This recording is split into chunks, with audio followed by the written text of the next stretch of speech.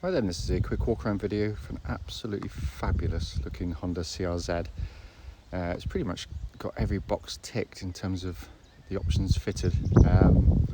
Finished in white, they look absolutely fantastic. It's a GT model, so always looks good because you've got the black roof to offset. We've also got these, the exterior styling pack, the dynamic pack. So you've got the front and rear grille treatments, upgraded alloys, rear spoiler, and sat-nav. I mean, it really is a huge spec car, and it's really lovely. It's covered 79,000 miles. Looks, just looks absolutely fantastic. Starting with the front of the car, looks really nice. Lights and lenses are clear and intact without any cracks or condensation on them. Someone's put a nice GT badge on the front, looks rather nice actually. Bonnet, very clean indeed. Coming down the near side, panel work looks really clean. I did see a couple of really tiny little car park little indentations, but I will try and pick them up for you. Alloys really good on the car. Sorry, I'll go that way because my shadow is going to catch it. Come this way. So it's a lovely bright sunny morning. We're part of the shade because it's actually easier to pick up on things, but I say that and I can't find out where. I mean, they were tiny. I think there was one up here somewhere, and then there was again another one, tiny one on the door. I just can't see them. They're very small indeed. Rear alloy again, really nice. From the back there, I mean, it just looks fantastic. The addition of a tiny little spoiler, the alloys and these bits just really add up to make it look incredibly striking. As I say, you know, I'm adamant in my belief that the car's sort of destined for classic car status. I mean, it really is a wonderful piece of design. But I apologise there, the bird seems to have deposited on the back of the car. It isn't a mark, I stress. Well, it is, but of a different kind. Offside, very clean in the panel work. Offside alloy, really nice again. Panel looks absolutely lovely on the car. This isn't going to be the cheapest GT in the country. There's not many. It's not going to be cheapest, but with the spec, colour, all the options fitted, it's exactly where it should be. Let's come to the back of the car now. All in really nice condition. Really good sized boot in the back of the car, which in all honesty, because these are officially 4-seaters, forget the fact that they are officially 4-seaters, because unless you've got incredibly tiny legs, you're not going to get anyone in there really. You might squeeze a child in for a short trip. Reality is, just drop the seat down, you end up with a 2-seater with an absolutely enormous boot. Coming to the front now, on the passenger side, it's absolutely stunning interior, and it's been kept really nicely. Leatherwork shows absolutely minimal wear. It really is a gorgeous interior. Coming to the front now on the driver's side, again, very clean and tidy. Driver's seat for an 11-year-old car with the mileage it's done, it's taken them very well indeed. So inside the car finally, with the engine running, so the dash can be seen illuminated, and there you see the sat-nav working perfectly. Dashboard looks in superb condition.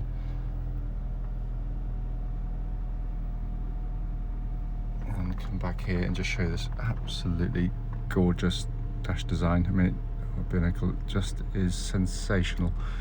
The only light you see there is actually for low fuel. There's no warning lights on the car at all. When you're in eco and normal, that's the view you get around the speedo there. Press the sport button, that suddenly changes to red, slightly more menacing, sporty. Looks absolutely fantastic. And it's a really unique interior, which kind of is fitting for the car in general. It's a very unique car.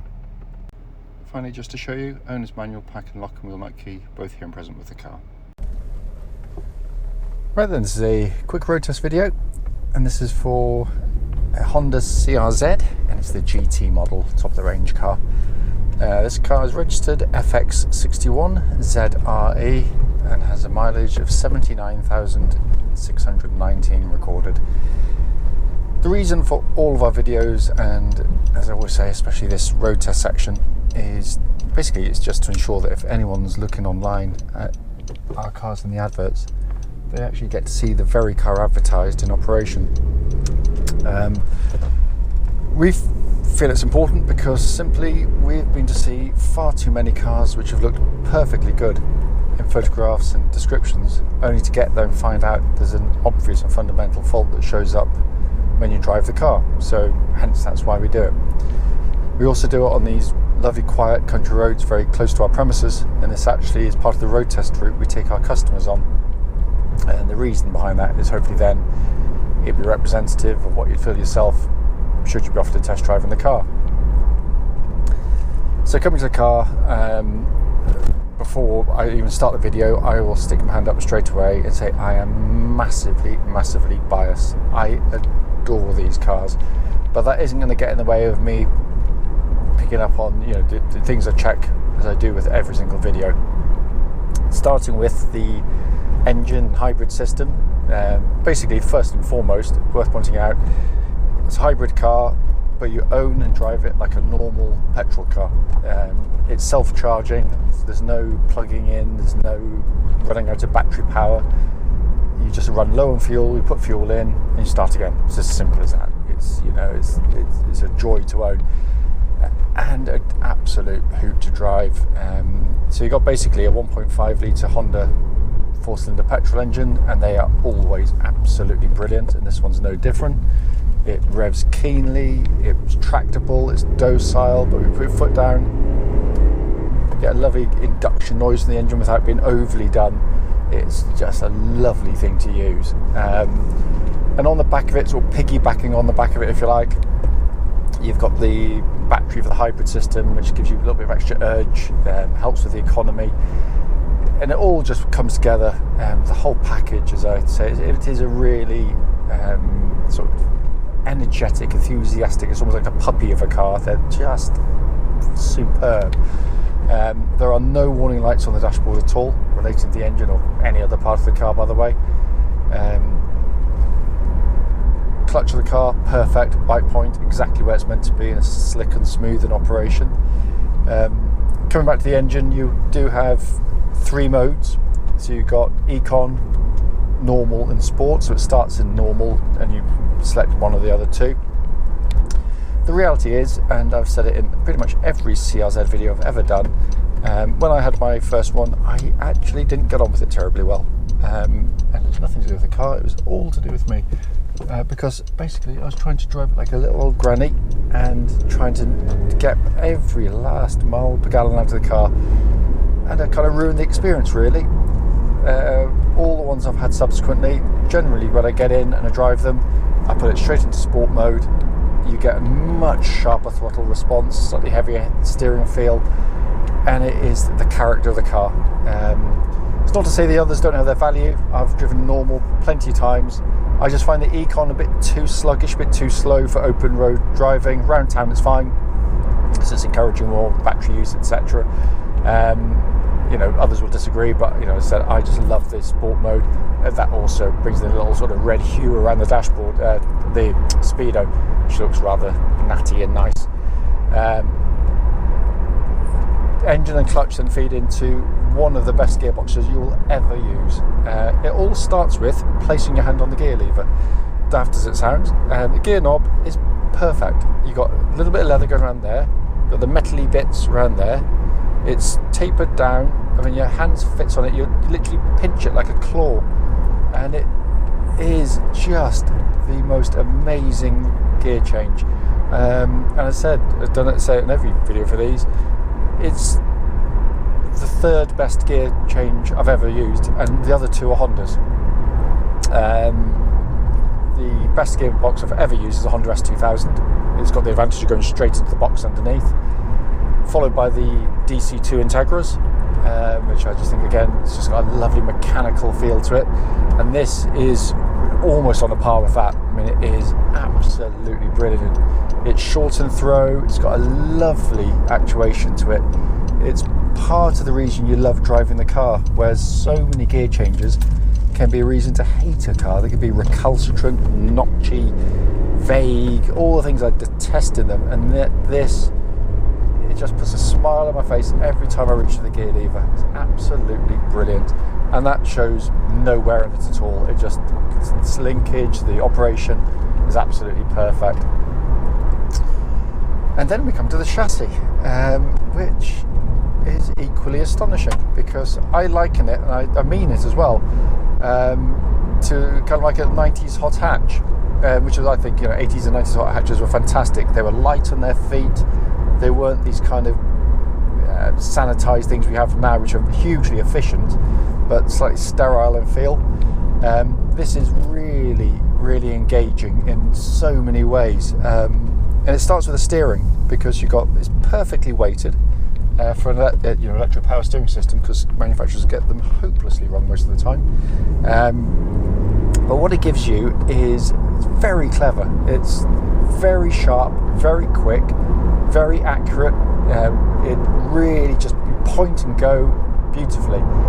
But unlike some which are either slow and clumsy, or actually too quick and too nervous, so they'll feel great at these sorts of speeds, but if you push on, they can actually feel a bit jittery.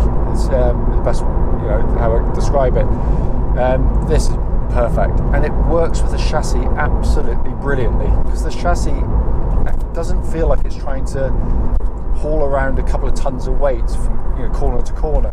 It feels like the thing weighs about a stone. It's so keen to change direction, but all types of corners, the bumpy ones, off-camber ones, long constant radius ones, it enjoys them, and it puts it really is a car that puts a complete smile in your face. I've done, and it also allows for, amazingly, which a lot of the hot hatches did of that era, or didn't rather, for what is a really compliant, comfortable ride. It's beautifully judged. It's a very, very, very fine chassis indeed, I have to say. Worth pointing out, there are no nasty knocking noises coming from underneath the car, no suspension rattles. The steering is as tight as a drum. It tracks absolutely dead straight without any vibrations at this speed, or any speed up to legal limit actually.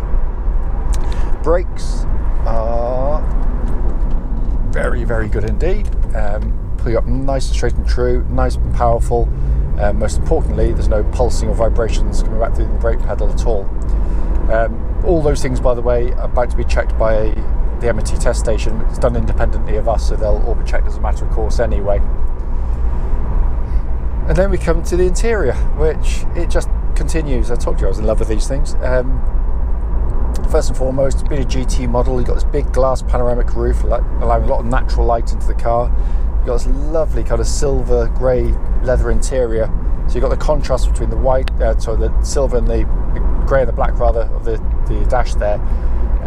They literally nicked that from BMW in terms of the way it looks, in my opinion, but it actually works very well, and it is beautifully, beautifully built. So don't confuse kind of hard plastics with build quality. There's nothing to do with that. It's bolted together absolutely superbly, and what a joyful interior it is. It's just so, it can only be a CRZ. That's the beauty of it, and it works. It's not there just for show, because this is very much beauty's in the eye of the beholder. I love it, others won't, which I completely understand, but I think that's really good design as well, as I always say, because it forms an opinion. You're not sort of sitting on the fence on it. The most conventional part, but an upgrade for this car and very sought after, is the sat-nav system, which is built in there and working perfectly. Heated seats, again, all working exactly as they should. And then in front of me, you've got this wonderful sort of driver cockpit, if you want. It's really spacious in here, but it feels so beautifully intimate around the driver itself. It's concentrated on the driver more than anything else. So you've got a perfect driving position, steering wheel exactly where you want it in terms of straight ahead, lovely angle to it, and then you've got this fantastic binnacle. Those who have driven S2000s will feel familiar in some ways, because you've got these two very symmetrical pods either side. On this side here for your climate control, on that side there for your various other functions, sort of engine modes and wing mirror adjustment, that kind of thing, but it's fingertips away. Everything you touch has a beautiful quality of actuation to it as well.